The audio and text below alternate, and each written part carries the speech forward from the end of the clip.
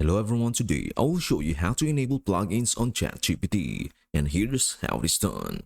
ChatGPT plugins are extensions that expand ChatGPT's capabilities by enabling it to perform tasks or integrate with external systems.